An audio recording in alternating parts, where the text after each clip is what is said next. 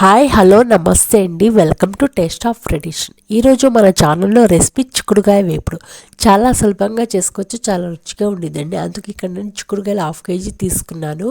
ఒక medium size పెద్దలపాయ chop చేసుకొని పక్కన పెట్టుకున్నాను. ఇంకా ముందుగా చిక్కుడుకాయ ఉడికించుకోవడానికి స్టవ్ ఆన్ చేసి మంటను హై ఫ్లేమ్లో పెట్టుకొని కుక్కర్ పెట్టి దాంట్లోకి మనం అర గ్లాస్ వాటర్ అనేది యాడ్ చేసుకొని ఈ చిక్కుడుకాయలు ఒలిచి పెట్టుకున్న చిక్కుడుకాయలు యాడ్ చేసుకొని ఈ చిక్కుడుకాయలతో పాటు మనం కొంచెం ఉప్పు అనేది యాడ్ చేసుకుని ఇంకా కుక్కర్ మూత పెట్టి ఈ 2 విజిల్స్ వచ్చే వరకు ఈ చిక్కుడుకాయల్ని మనం ఉడికించుకుందాం.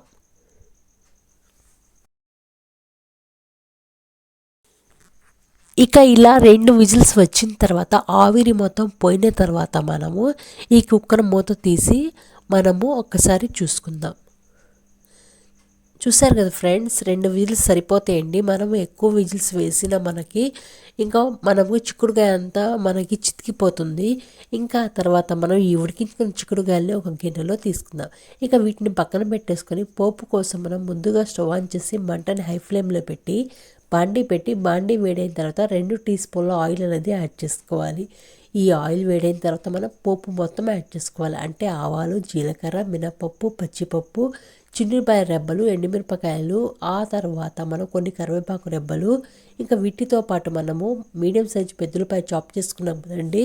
ఇక మీడియం సైజు పెద్దలపాయ ముక్కలు కూడా యాడ్ చేసుకొని అర టీ స్పూన్ పసుపు యాడ్ చేసుకొని వీటిని కొంచెం వేయించుకున్న తర్వాత ఉడికించి పక్కన పెట్టుకున్న చిక్కుడుకాయలని ఈ పోపులో యాడ్ చేసుకోవాలి.